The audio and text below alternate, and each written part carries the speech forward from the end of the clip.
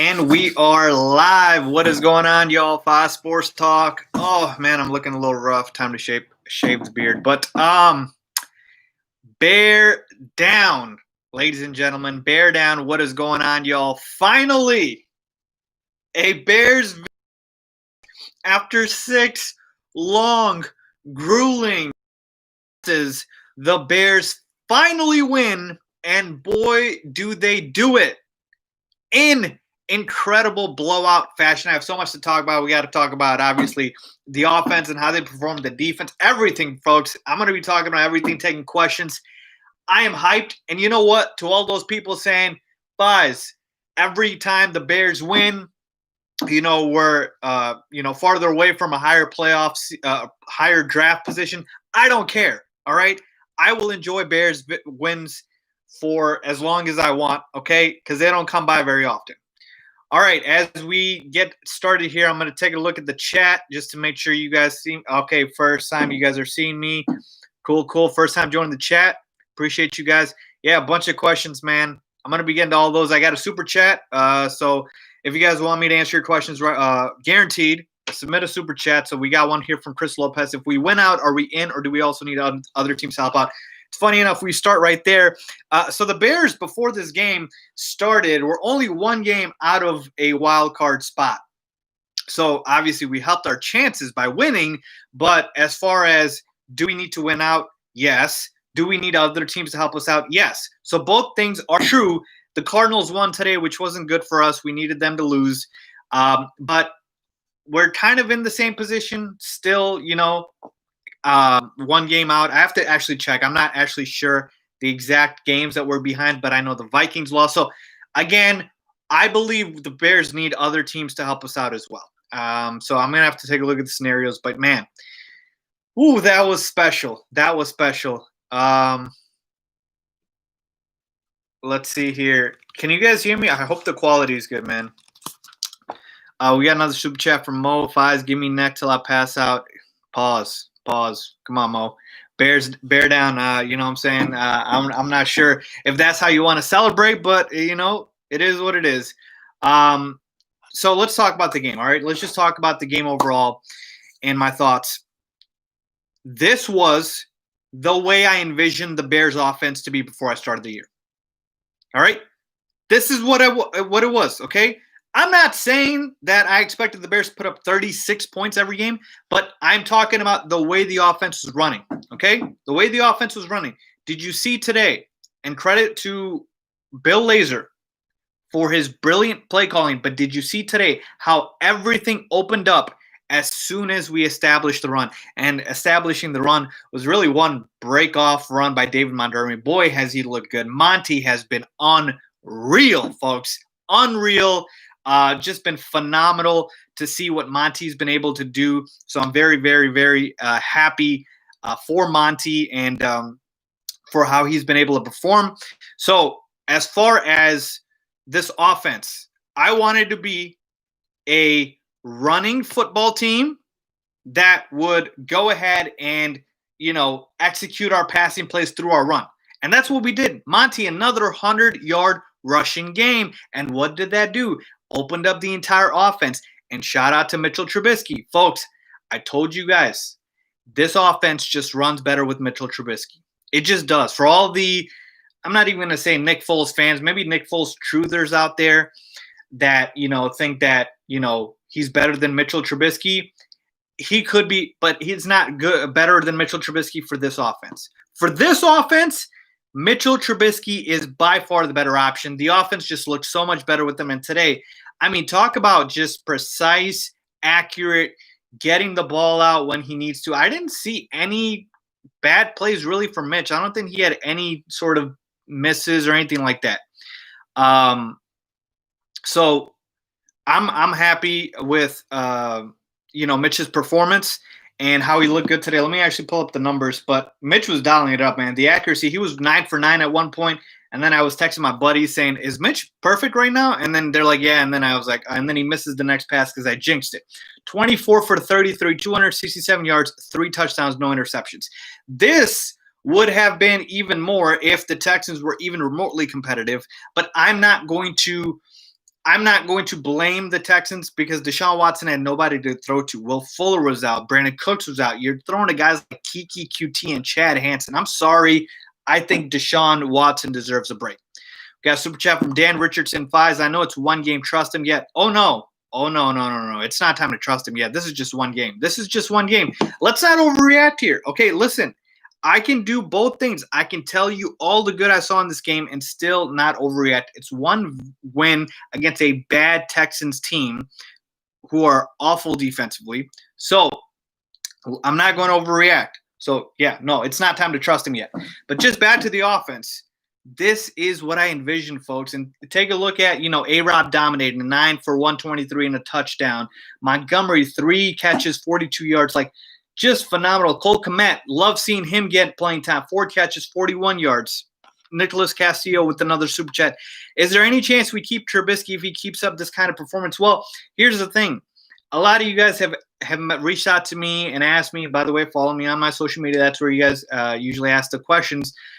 Faiz, are we going to be able to bring back Mitch? Are we going to bring back Mitch as a backup? What's the deal? Look, everything right now still points to Mitch not being with the Bears next season, meaning he's a free agent, and so he will most likely be let go.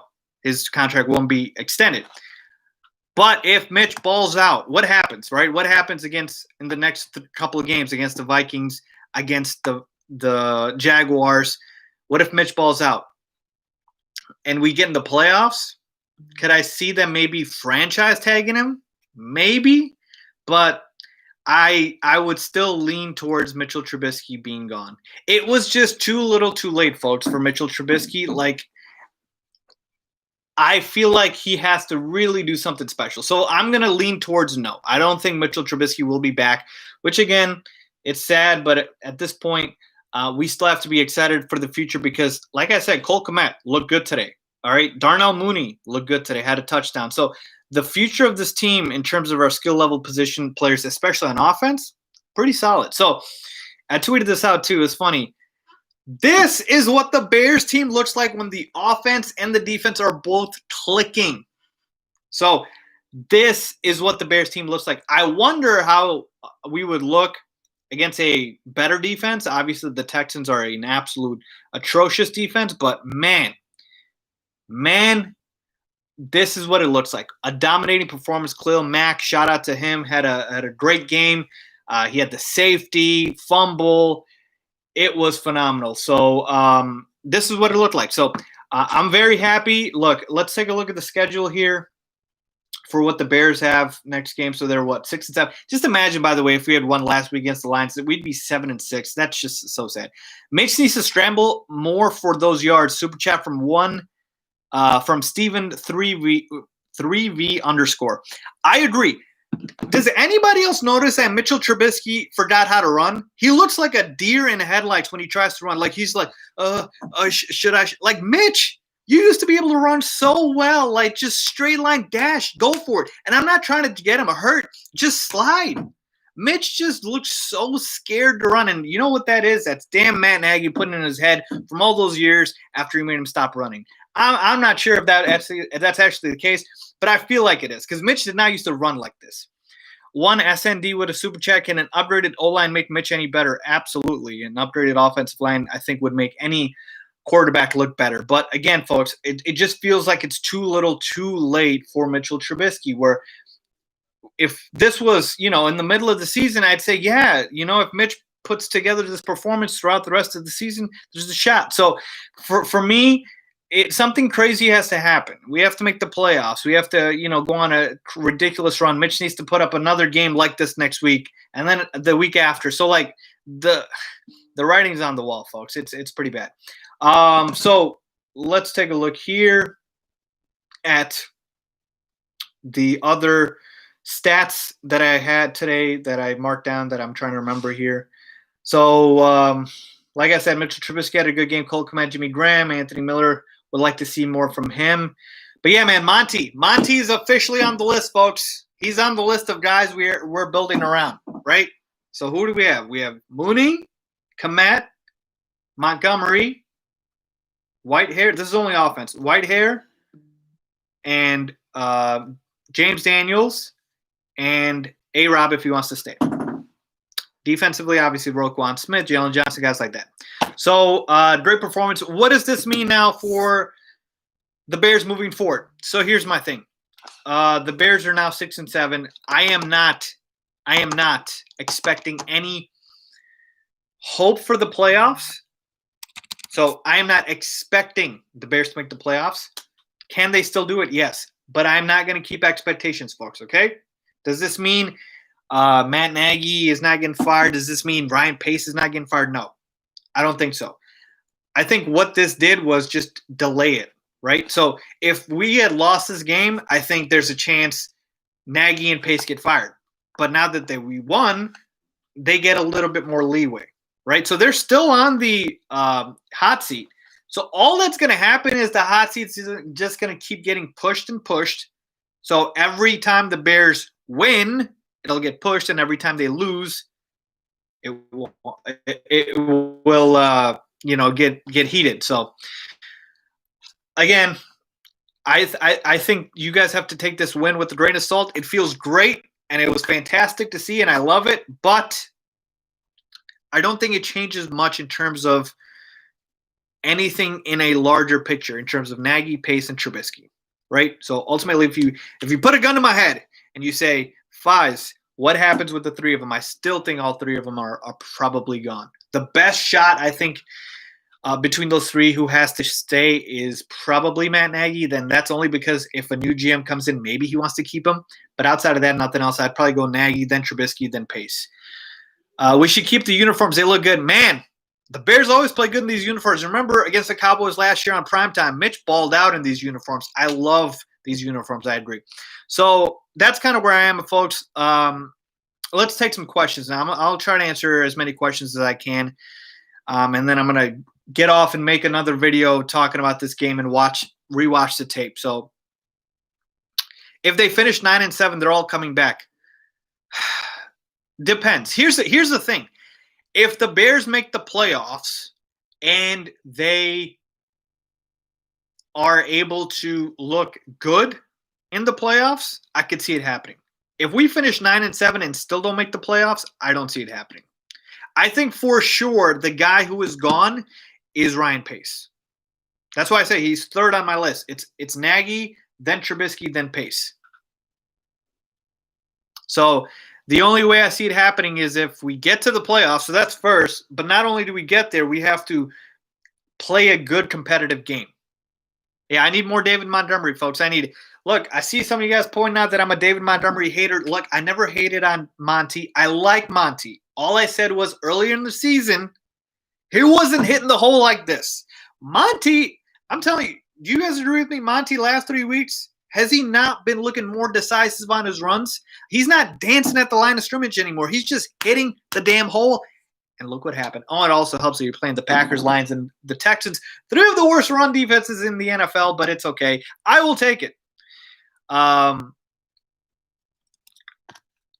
only reason I'm saying Nagy is because of the fact that a new GM could come in and decide if he wants to keep him, right? If I'm saying Ryan Pace is gone.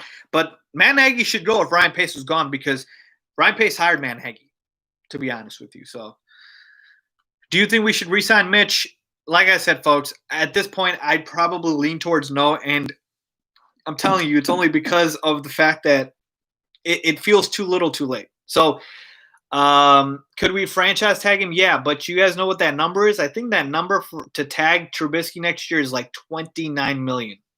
It's big. It's up there. So just keep that in mind. Yeah, I don't want Nick Foles. I hate Nick Foles with this offense, folks. I hate Nick Foles with this offense, and he's going to be on this roster next year. How does Trubisky have more wins than Watson? Yes, missed half the season. That's funny because, yeah, I feel bad for Deshaun Watson, guys. Let's not pick on him. He has nobody to throw to. If that was the same case and Mitch was in his shoes, like, you'd be saying the same thing. So I feel bad for Deshaun Watson, man. I think he tried to do as much as he could, but it's tough when you're throwing to guys like Chad Hansen and you're throwing to guys like Kiki QT and guys like that, folks. I'm sorry. So that's kind of where I'm at. Let me see if Let me see if this updated actually. The standings part here. Run it back with Mitch. Yeah, man, this team with Deshaun would be Super Bowl favorites. Yeah, absolutely. Absolutely. That would be something to see here. So next week we have three more games left, I think. Yes. No, two more games. No, three more games. We have the Vikings, Jaguars, and the Packers. Okay, we have another super chat from Steven.